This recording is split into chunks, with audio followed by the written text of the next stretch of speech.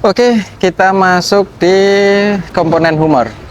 Secara umum, humor memiliki tiga komponen, yaitu wit, kecerdasan, nirk, keriangan, dan laughter, gelak tawa. Dalam humor ada kejenakaan, keriangan, kegembiraan, dan gelak tawanya. Wit dalam humor bukan sekadar mengeluarkan gagasan cerdas, tapi juga mesti lucu. Pelawak itu butuh akal. Kalau orang kebanyakan, biasanya hanya bicara apa adanya. Para pelawak harus membelokkan itu supaya lucu. Itulah yang dinamakan mir.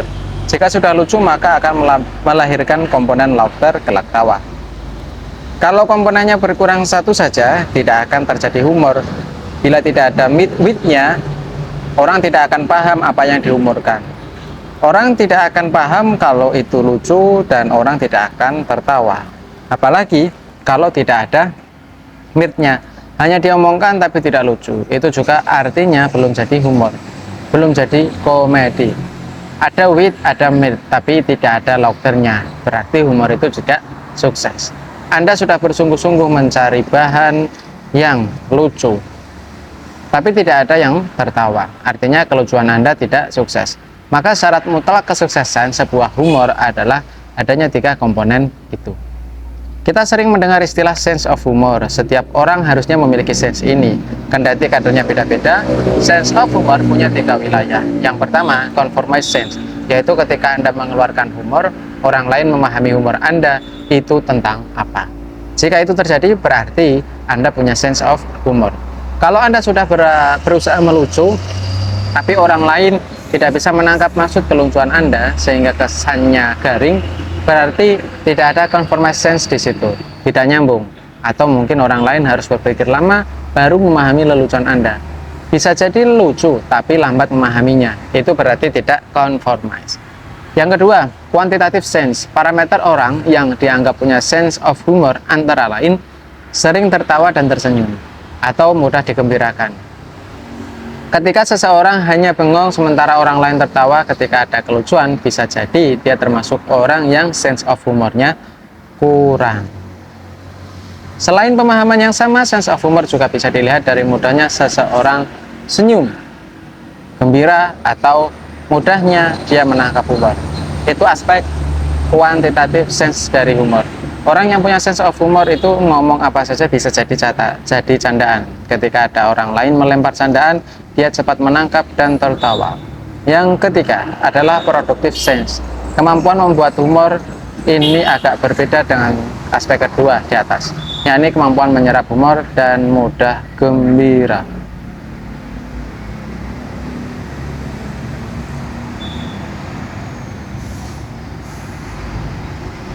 Kalau kita memiliki tiga hal ini, berarti kita memiliki sense of humor. Semakin kuat ketiga hal ini, semakin besar sense of humornya. Selama ini kita mengenal bahwa secara psikis manusia memiliki IQ, EQ, dan atau SQ. Mungkin nanti perlu ditambah satu lagi, HQ atau humor quotient. Perlu diukur sejauh mana seseorang punya kemampuan humor.